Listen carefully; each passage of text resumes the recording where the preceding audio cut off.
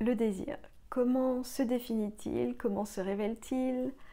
À quoi faut-il faire attention pour en saisir son essence? Vous sentez-vous aligné ou en adéquation avec votre désir? Je vous propose dans cette vidéo d'aborder et d'interroger votre désir ensemble. Bonjour, je suis Frédérique Morgan, sexothérapeute d'orientation analytique et je vous propose d'écouter votre histoire personnelle et intime si nécessaire, si vous rencontrez une difficulté ponctuelle ou si vous traversez une crise aiguë depuis un certain temps maintenant. Vous pouvez prendre rendez-vous avec moi avec plaisir, bien entendu. Et vous pouvez aussi simplement écouter cette vidéo et je vous encourage à laisser un commentaire si vous le souhaitez pour enrichir nos connaissances ensemble. Alors le désir, vaste sujet, vaste débat presque. J'aimerais d'abord aborder tout simplement la définition classique du désir, qui est donc un manque qui fait appel. Alors, le désir au départ, il est total, il est exigeant, il est symbiotique, il est fusionnel, il peut devenir envahissant, tellement c'est un désir suprême auquel d'abord, bébé, on reçoit toutes les attentes.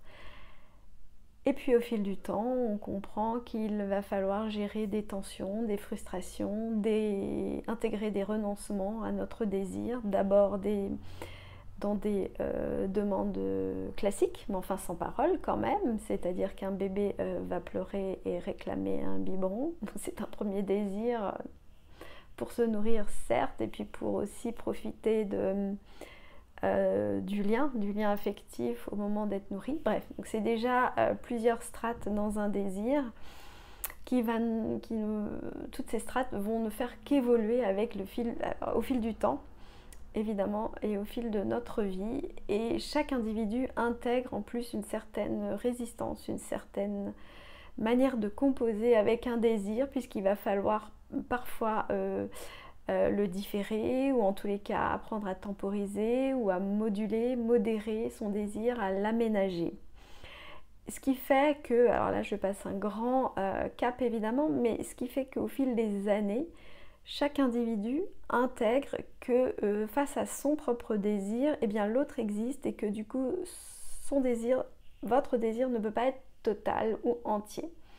Mais de là à le sacrifier et à y renoncer, il y a bien sûr un cap à ne pas franchir, au point sinon de ne plus exister, de ne plus se connaître, se reconnaître dans le miroir, de ne plus savoir quelle vie on mène vraiment si votre désir, au fil du temps, a été trop malmené et qui s'est transformé en girouette, un coup dans tel sens, un coup dans tel autre sens. Alors ce désir, ce manque qui fait appel, il est frappé d'interdit, il est frappé de censure, il est estampillé finalement pas possible d'avoir un désir complet, total, pas envisageable parce qu'il y aura refus en face, ou il y aura moquerie, pourquoi pas, où il y aura humiliation, où il y aura trahison ou renoncement exigé sur un désir. Or, ce qu'il est possible bien sûr de faire à l'âge adulte, c'est d'envisager qu'il y a un écart entre le tout permis et le non, le refus, l'impossibilité. Il y a un écart, et c'est dans cet écart qu'à l'âge adulte, on se doit de s'épanouir et donc de se réaliser aussi, pour ne pas être trop frustré, ne pas être trop déçu.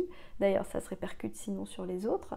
On projette, on peut projeter une hostilité ou une attitude désagréable sur l'autre si on est trop frustré au fil du temps. Donc le désir, il est impondéré, mais il est à exprimer, et ce sont des beaux désirs d'adultes, c'est-à-dire qui, en conscience, en respect pour l'autre, mais en respect pour soi aussi, arrivent à s'appliquer, à exister, mais sans se travestir, sans se transformer totalement au point de ne plus être reconnaissable. Alors évidemment, dans notre société de consommation, avec les mass médias qui nous entourent, là où ça se corse, c'est que en plus de cela, il y a un désir qu'on essaie de nous imposer. Et le désir, évidemment, ai-je besoin de prendre des exemples, mais de posséder, notamment de posséder telle voiture, d'habiter tel quartier, limite de sortir avec telle personne.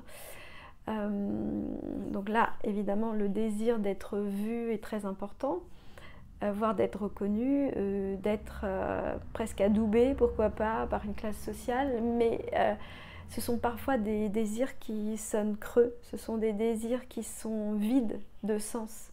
Alors ce sont quand même des désirs qui se réalisent et qui, de manière éphémère, vont remplir un vide, ce manque qui fait appel, mais ça va être de courte durée si ça n'est pas plus consistant qu'une voiture ou je ne sais pas, qu'un blouson en cuir ou qu'une paire de chaussures. Si les désirs profonds, sincères, non matérialistes sont réalisés et assumés, et en partie vécus, sont suffisamment vivifiants, alors oui, un bel achat parfois peut aussi combler un individu, mais ça ne peut pas être que un désir rempli par de la matérialité extérieure. Là, ce dont je parle, c'est beaucoup du désir intérieur, du désir qui est vivifiant en soi, pour soi, qui correspond à vos valeurs intérieures, fortes. Donc des valeurs, mais qui ne sont pas que en lien avec l'image reflétée à l'extérieur, correspondant à de l'ambition, à de l'évolution sociale, ou à une réussite sociale, ou une consommation excessive, en somme une posture, mais bien une assise intérieure, une sorte de cohérence intérieure nourrissante. La première étape, eh bien, c'est de se connecter à son désir et de le connaître, voir s'il est très enfoui, de l'exhumer un peu et de le reconnaître. Et là, la clé, c'est de passer, quand beaucoup d'éléments en vous, beaucoup de composants en vous ont été anesthésiés, c'est de se reconnecter aux sensations. Si vous avez de la chance, vous pouvez vous reconnecter à vos émotions. Mais si c'est encore plus archaïque, vous avez besoin de remonter encore plus loin ou plus profondément, descendre plus profondément en vous, il faut se reconnecter, tenter de se reconnecter aux sensations. On parle parfois d'instinct, d'intuition, mais en fait c'est toutes ces petites vibrations internes, corporelles. Alors ça se passe beaucoup au niveau du ventre, des intestins. S'il y a des sensations, c'est que c'est une boussole pour vous dire que c'est plutôt ok, plutôt pas ok. Et il faut s'écouter, s'entendre et s'écouter. Sinon, le prix à payer, c'est de somatiser, ou d'avoir un trouble, un symptôme, voire une maladie. Après, libre à chacun de fonctionner comme il ou elle le souhaite. Au long cours, ça peut être dangereux pour soi que de toujours éteindre la vivance en soi, l'élan en soi, le désir en soi. Évidemment, je vous en parlais au début de la vidéo, ça passe quand même par des compromis, ça passe quand même par des négociations avec soi, avec l'autre. Tout n'est pas possible, on n'est pas dans un désir écrasant, mais on est quand même dans un désir parfois qui est lancinant et qui s'impose. C'est à regarder, à envisager. Si ça pose question, ça peut être à élaborer, seul ou aider, accompagner dans un lien quelconque, dans un lien amical, amoureux ou thérapeutique, ou professionnel, si c'est un désir professionnel auquel il faut en référer à vos collègues ou à vos supérieurs. Mais ça n'est pas à laisser choir dans un coin. Ça peut arriver une ou deux fois, mais c'est important de bien regarder le désir s'il se manifeste de manière un peu récurrente. Lacan parle de ne pas céder sur son désir. J'ai envie de poursuivre et de dire sur l'autel quoi, de la bienséance, sur l'autel du sacrifice, sur l'autel de la grande bonté, sur l'autel de moi, mais non jamais, je n'aurais pas cette faiblesse-là, cette vulnérabilité-là. Non, si. Si, le désir appelle à une authenticité, j'ai envie de dire, désarmante. Il n'y a plus de posture, il n'y a plus de masque, tout tombe. Il reste le désir comme ouverture sur le monde, comme sincérité de votre intériorité. À ne pas sacrifier non plus sur l'autel du triangle de Karpman. Alors le triangle de Karpman, c'est le fameux triangle bourreau, victime, sauveur. Donc c'est je sacrifie mon désir, mais parce que l'autre ceci, ou parce que moi je me vois comme sauveur et donc j'annule le mien, ou parce que je suis bourreau et que j'écrase tout, ou que je suis victime et que je ne peux rien faire. Vous n'avez pas les pieds et mains liés. Si vous les avez symboliquement, ça peut eh bien, se dénouer, évidemment. Bien sûr, je ne prône aucun passage à l'acte. Ça se discute, ça se tempère. Ça bouillonne. Ce désir-là, il peut être très bouillonnant et très fort. Voilà, il s'envisage tranquillement, dans un lieu serein, dans un moment serein.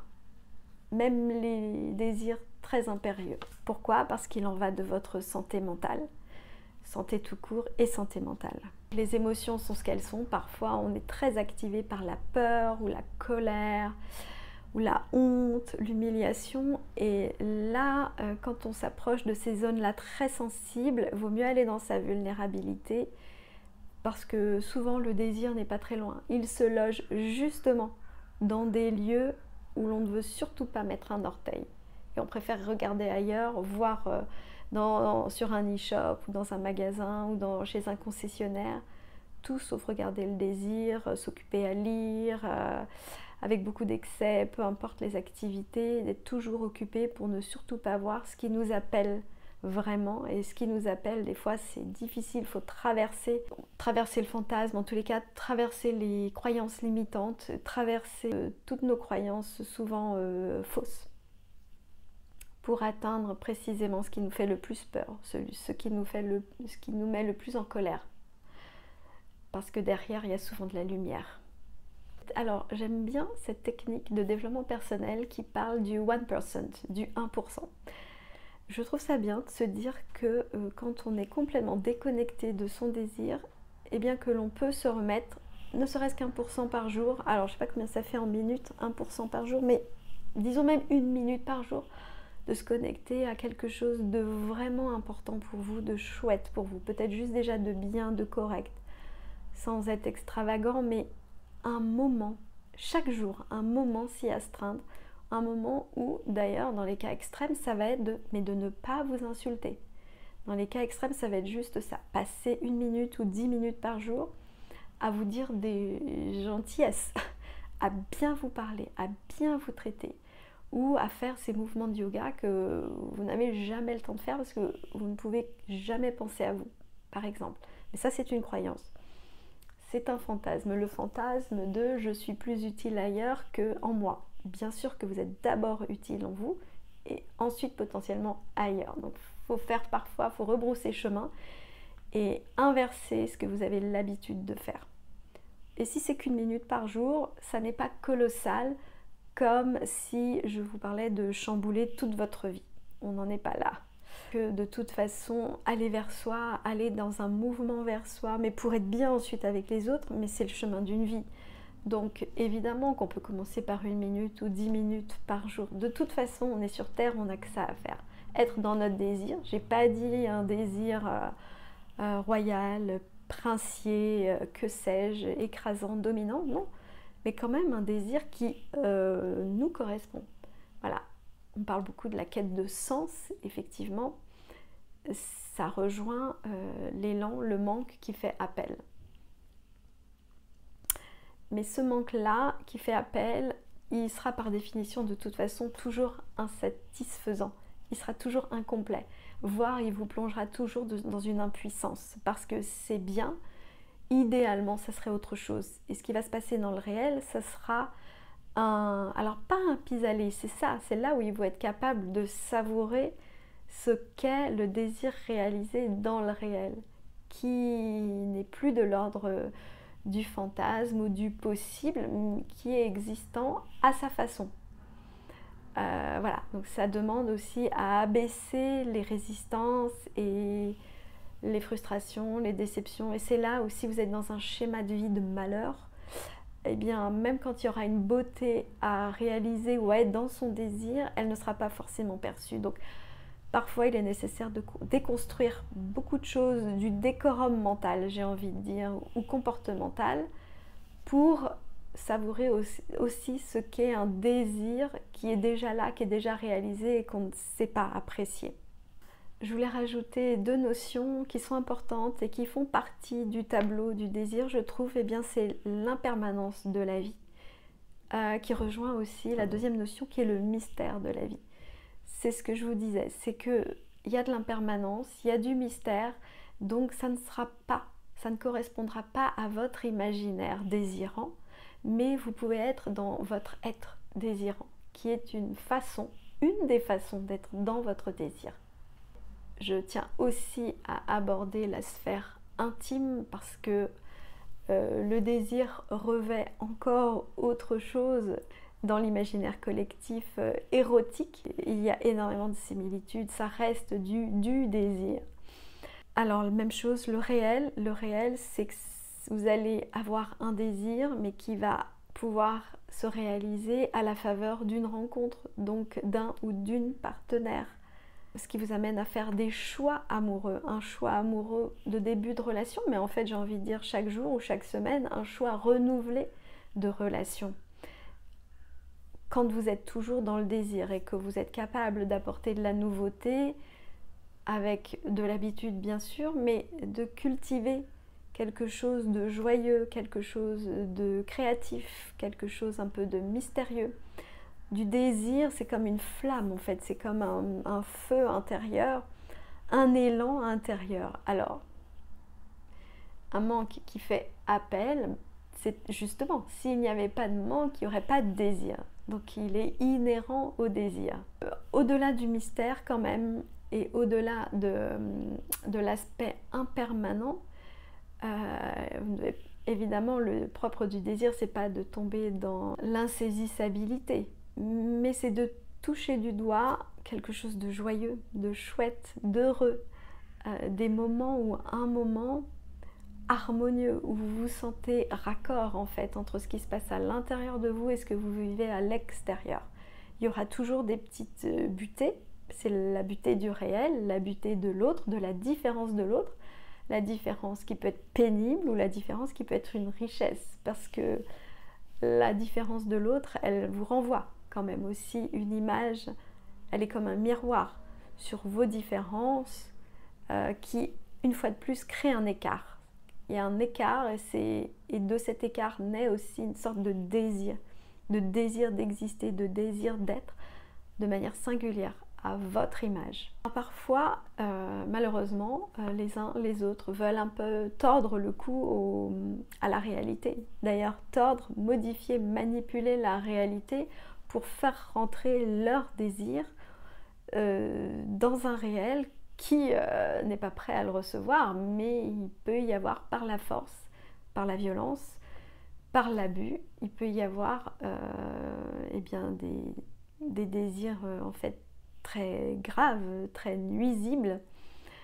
Donc c'est important aussi d'avoir les antennes déployées, de savoir reconnaître les red flags, les no-go, quand le désir, le vôtre ou celui d'un autre ne vous convient pas, pour le réélaborer si nécessaire.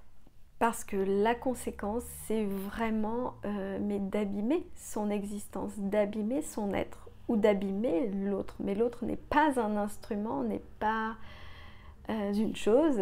L'autre a sa propre existence et c'est bien de mettre en résonance, si vous le pouvez, d'essayer de mettre en résonance votre désir au désir de l'autre, le comparer, pour ne pas être totalement dans votre désir ou ne pas être que dans le désir de l'autre, mais de pouvoir jouer, de pouvoir basculer, circuler, en étant bien sûr majoritairement aligné avec ce que vous dites, ce que vous faites, ce que vous pensez, ce que vous croyez. En fait, s'il y a mensonge, c'est on ne dit pas ce que l'on pense, on ne fait pas ce que l'on dit. Ben ça, c'est pas être dans son désir. C'est un désir qui est complètement flou, voire qui peut être complètement fou si on fait l'inverse de ce que l'on dit ou ce que l'on pense. Donc il y a des marqueurs comme ça, des petites choses qui peuvent vous aider à détecter les sensations, les émotions, le je fais ce que je dis, je pense ce que je dis, je suis alignée. Ça, c'est des moments forts pour identifier si vous êtes dans votre désir ou pas. En matière d'érotisme, le désir est nourri par une myriade d'interactions, alors corporelles, donc visuelles, tactiles, olfactives, mais aussi comportementales, avec de l'amour, de l'agressivité, de la détermination, de la douceur ou de la mollesse. Voilà, en fait, tout y est. Le désir est composé d'un melting pot de ce qui fait votre mental, mais votre corps aussi, votre cœur aussi, et votre intimité corporelle. Votre désir se loge aussi dans une tasse de café, dans une posture de pilates ou dans une séance de running, mais bien entendu dans votre imaginaire aussi érotique, dans votre façon de sublimer votre quotidien par touche. On n'a pas dit que vous viviez dans un désir extatique toute la journée, toutes les semaines, mais d'avoir des moments réguliers de satisfaction, de plaisir, avec un élan qui trouve un écho dans la vivance, dans l'existence présente, au-delà que de l'imaginaire bien sûr. Mais souvent le désir circule d'ailleurs et dans l'imaginaire, mais dans les rêves aussi, il est très présent, et dans le quotidien autant que faire se peut. Alors pour toute question sur ce sujet, si vous avez envie d'élaborer ensemble, ou toute gêne, trouble bien sûr, ou autres symptômes invalidants, entravant votre désir, je vous mets tous les liens en barre d'infos, vous pouvez me contacter, je vous répondrai avec plaisir, ou choisir un créneau de consultation. À très bientôt, merci pour votre écoute et soyez smart avec vous-même. Au revoir.